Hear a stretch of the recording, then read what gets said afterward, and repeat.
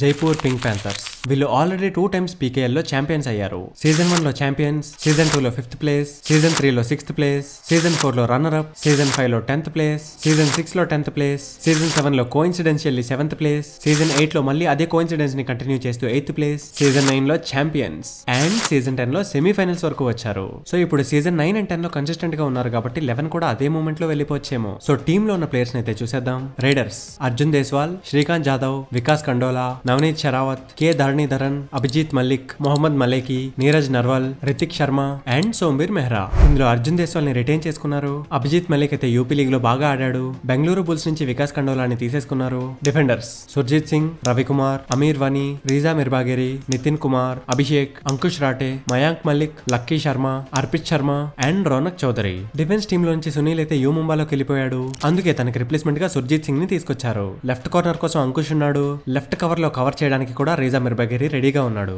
All rounders Neeraj Narwal, Aamir Wani ఇంకా Mohammed మలేకి. Friends, Aamir Wani Jammu Kashmir reason నుంచి వస్తున్న ఫస్ట్ ప్రో కబడ్డీ ప్లేయర్. ఇంకా ఈ ప్లేయర్ మంచి ప్రామిసింగ్ ప్లేయర్ కూడా. నీరజ్ నర్వాల్ అయితే బెంగళూరు బుల్స్ నుంచి వచ్చాడు. రాహుల్ చౌదరి అయితే ఇప్పుడు జైపూర్ పింక్ ప్యాంథర్స్ తో లేడు. తను తన రిటైర్మెంట్ ని అనౌన్స్ చేసేశాడు. అర్జున్, అంకుష్, లక్కీ, రీజా, అభిషేక్ ఇంకా నవీన్ తో కోర్ టీమ్ అయితే చాలా స్ట్రెంథన్ గానే చూడటానికి కనిపిస్తుంది. అభిజిత్ మల్లిక్ యూపీ నుంచి వచ్చాడు. అర్జున్ దేశ్వాల్ కి సపోర్ట్ గా ఉండబోతున్నాడు. శ్రీకాంత్ జాదవ్ అయితే first time Jaipur Pink Panthers లోకి వచ్చాడు. తిను ఒక లెఫ్ట్ రైడర్. ఇంకోటి డిఫెన్స్ యూనిట్ ని చూసినట్టయితే right corner, left corner, right cover, left cover అన్ని కూడా బ్యాలెన్స్డ్ గానే ఉన్నాయి. సేమ్ లాస్ట్ సీజన్ లానే కాకపోయినా లాస్ట్ సీజన్ కంటే కొంచెం స్ట్రాంగ్ గా ఇప్పుడు డిఫెన్స్ యూనిట్ కనిపిస్తుంది. కానీ లాస్ట్ 2 seasons కూడా వీళ్ళు కన్సిస్టెంట్ గా బాగానే ఆడారు కదా. ఇప్పుడు అదే కన్సిస్టెన్సీని అయితే మెయింటైన్ చేయాల్సి ఉంది. సీజన్ 9 అయితే గెలిచారు. సీజన్ 10 లో సెమీఫైనల్స్ వరకు మాత్రమే వెళ్లారు. ఈ సీజన్ లో అంతకంటే బెటర్ పర్ఫార్మెన్స్ ఇస్తూ మరి ఫైనల్స్ వరకు అయినా వెళ్ళాలి. ఇంకోటి, అర్జున్ ని మనం వికాస్ తో గానీ శ్రీకాంత్ తో గానీ ఆడుతూ చూడలేదు కాబట్టి ఇది ఒక కొత్త కాంబినేషన్. మరి ఈ కాంబో ఎలా వర్కౌట్ అవుతుందో, అసలు వర్కౌట్ అవుతుందో లేదో ఈసారి చూడాలి. ఇప్పుడు సుర్జిత్ అయితే టీమ్ లోకి వచ్చాడు కదా. ఆల్మోస్ట్ తను సునీల్ ప్లేస్ లోకి వచ్చినట్టే. కానీ సునీల్ టీమ్ లో ఏదైతే ఇంపాక్ట్ క్రియేట్ చేశాడో సుర్జిత్ కూడా అంత ఇంపాక్ట్ క్రియేట్ చేయడానికి క్యాపబులే. కానీ అంత ఇంపాక్ట్ ఈ సీజన్ లో క్రియేట్ చేస్తాడో లేదో అన్నది కామెంట్ సెక్షన్ లో చెప్పండి. నెక్స్ట్ సుర్జిత్ ఇంకా అంకుష్ కాంబినేషన్ కూడా ముందెప్పుడు మనం చూడలేదు. మరి వీళ్ళెలా పర్ఫార్మ్ చేస్తారో కూడా ఈసారి we have to see. Next Arjun Deshwal season 8 లో ఆడిన 22 మ్యాచెస్ లో 267 పాయింట్స్ తెచ్చాడు. సీజన్ 9 లో ఆడిన 24 మ్యాచెస్ లో 296 పాయింట్స్ తెచ్చాడు.